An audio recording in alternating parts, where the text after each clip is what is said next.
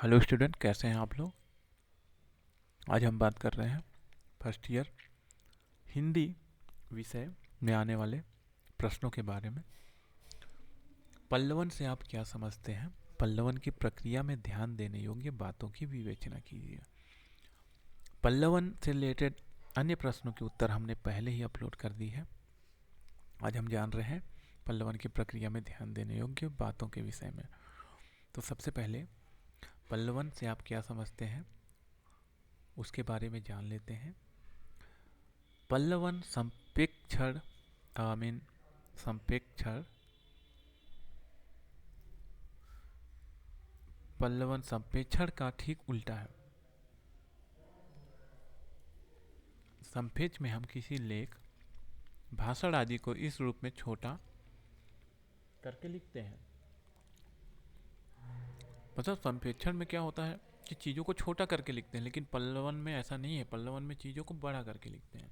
तो मतलब इसका ठीक उल्टा है। इसका केंद्रीय मूल्य तत्व आ जाए और परिधि या गौड़ बातें निकल जाए। इसके विपरीत पल्लवन में हम किसी सिक्ति विपत्ति मित्रों की कसौटी है। कहावत जैसे 9 दिन चले 2.5 कोस। काव्यपंथी का वर्षा जब कृषि सुखानी वाक्य, जिसे दुख का स्वाद नहीं मिला उसे सुख का स्वाद क्या मिलेगा। छंद या लघु प्रोक्ति 2-3 वाक्यों का सुसंगठित और अपने आप में स्वतंत्र वाक्य बंद आदि का विस्तार करते हैं और यह प्रयास करते हैं कि संक्षेप में प्रस्तुत मूल्य तत्व को लेकर विस्तार से समझते हुए, उदाहरणों द्वारा संतुष्ट करते हुए, उसके विपक्ष में संभावित तर्कों को काटते हुए उसे इतना विस्तार दें कि मूल तथ्य पूर्ण रूप से स्पष्ट हो जाए।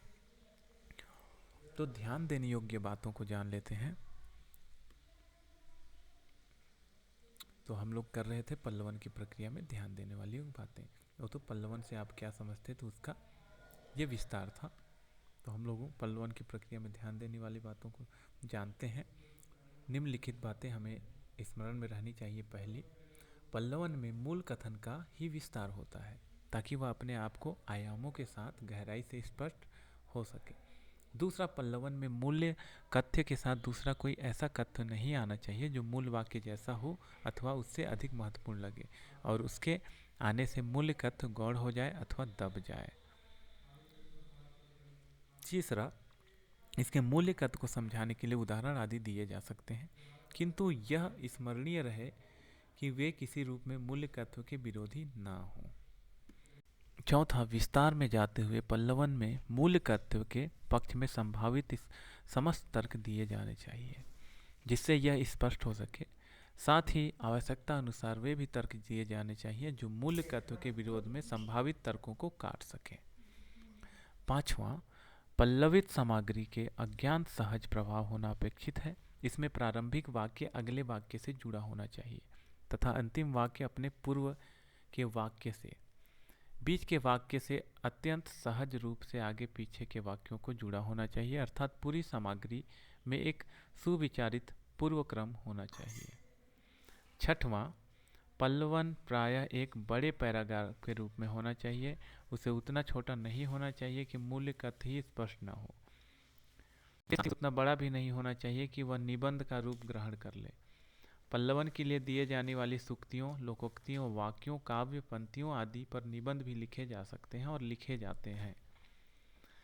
सबसे महत्वपूर्ण बात यह है, 7वां नंबर, सबसे महत्वपूर्ण बात यह है कि पल्लवन की भाषा शुद्ध, सरल और संयत होनी चाहिए तथा उदाहरण भूतकालिक क्रिया में प्रस्तुत किया जाना चाहिए। तो पल्लवन के कुछ उदाहरण देख लेते हैं। यहाँ पे क्वेश्चन में उदाहरण तो नहीं है, लेकिन बता दें शायद क्वेश्चन आ जाए इससे रिलेटेड। तो यहाँ पे हम जानेंगे पल्लवन के कुछ उदाहरण। जैसे यहाँ पे क्या लिखा हुआ, मन के हारे हार है, मन के जीते जीत। तो पल्लवन इसका कैसे करेंगे। व्यक्ति वास्तव में मन के कारण हारता है और मन के कारण ही जीतता है। सुख दुख, आशा निराशा, हानि लाभ तो जीवन में लगे ही रहते हैं। व्यक्ति को चाहिए कि निराशा या कष्ट के क्षणों में भी कभी भी अपने मन को पराजित ना होने दे।